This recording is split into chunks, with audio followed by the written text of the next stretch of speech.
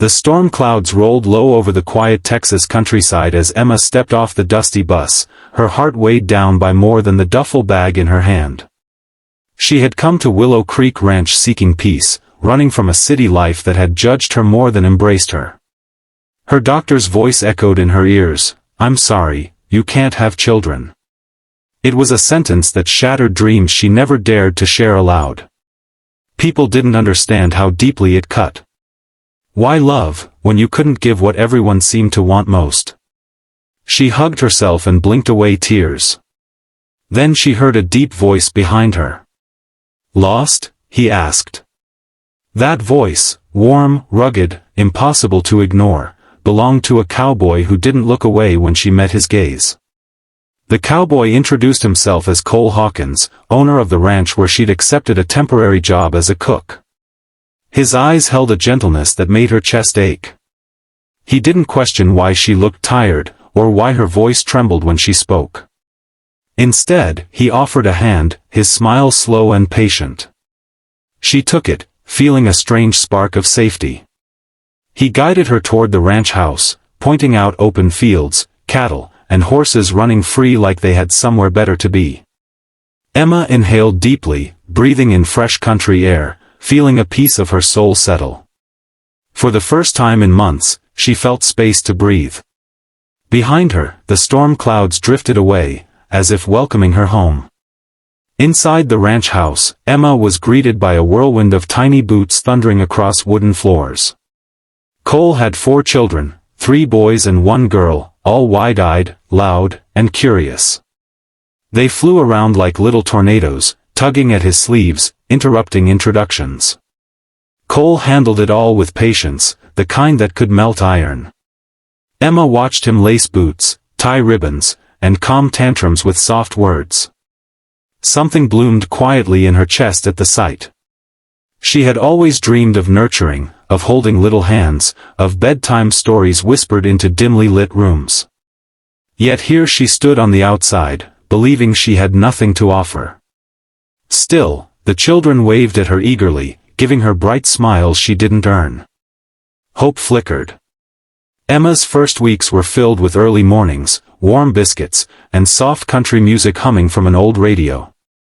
The children quickly adopted her, following her into the kitchen, asking endless questions.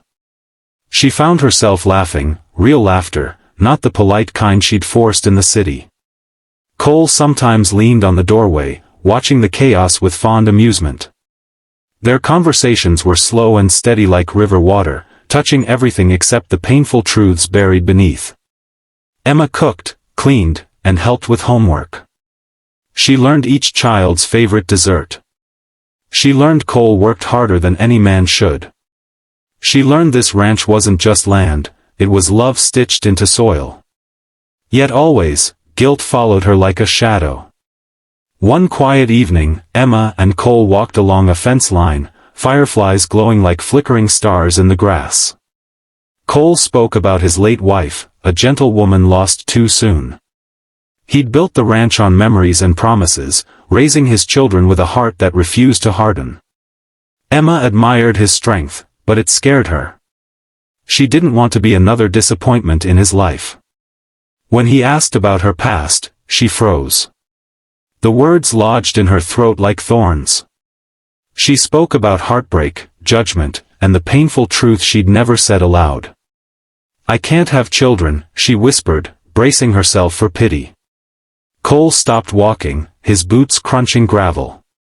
Silence stretched, long and trembling. Emma held her breath, expecting his smile to fade, expecting distance, polite excuses, the familiar retreat people made when they realized she couldn't give them everything. But Cole turned slowly, looking at her the way sunrise looks at dark sky, soft, hopeful, full of possibility. Then he chuckled gently, shaking his head with disbelief. "Good," he said with a warm grin, "I've got enough kids for both of us." Emma blinked in shock, her heart stumbling. His words wrapped around her like a blanket, chasing away cold insecurities. She hadn't expected humor. She hadn't expected acceptance. She hadn't expected family.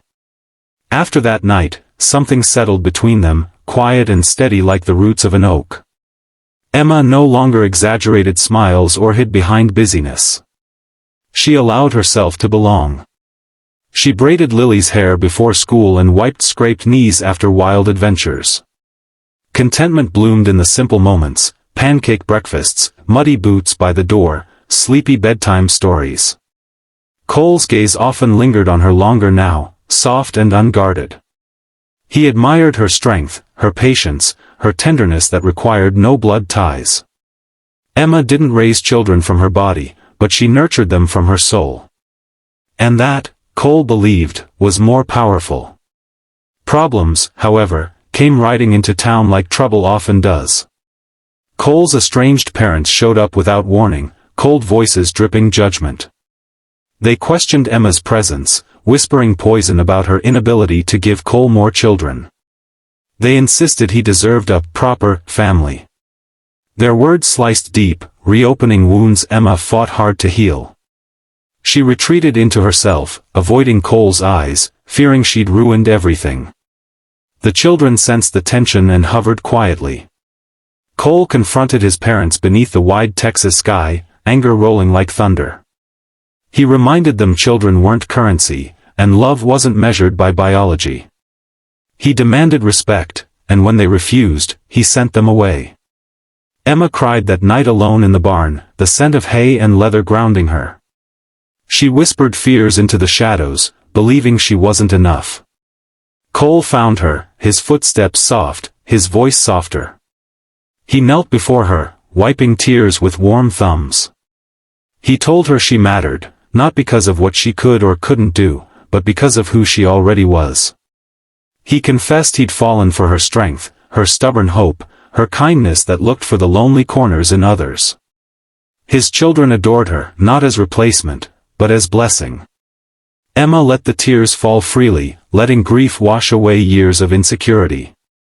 Slowly, the ranch settled back into warmth. Emma returned to morning routines, flour dusting her cheeks, laughter filling kitchen corners again. The children clung to her with fiercer affection, sensing her fear and crushing it with love. Cole watched her from across rooms like a man memorizing something precious.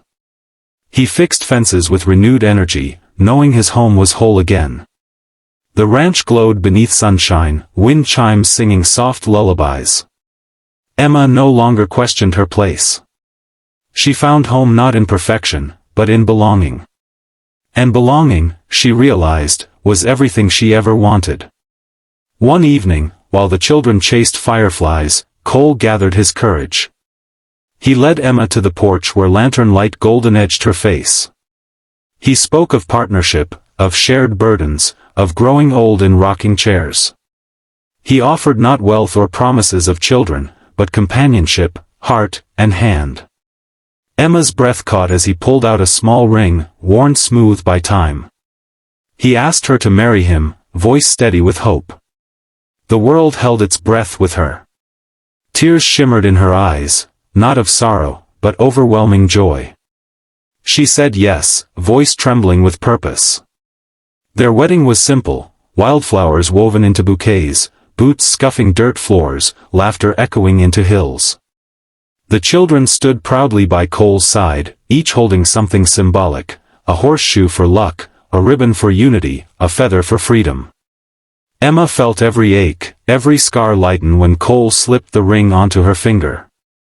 As the preacher spoke blessings, wind rustled through grass like whispered approval. They sealed their vows under a wide sky, witnessed by stars beginning to wake. Emma kissed him, not just claiming a husband, but claiming a life she once believed unreachable. Marriage didn't erase challenges. There were still messy mornings, tantrums, and endless chores. Bills piled up, and cattle broke fences at the worst times. But every trial met two stubborn hearts instead of one. Emma found comfort in Cole's steady humor, and he found peace in her gentle touch. At night, when exhaustion pulled them toward sleep, Cole would whisper, "We're doing just fine." And Emma believed him. She learned motherhood was more than biology, it was patience, guidance, sacrifice, unconditional love. She became anchor and breeze, equal parts.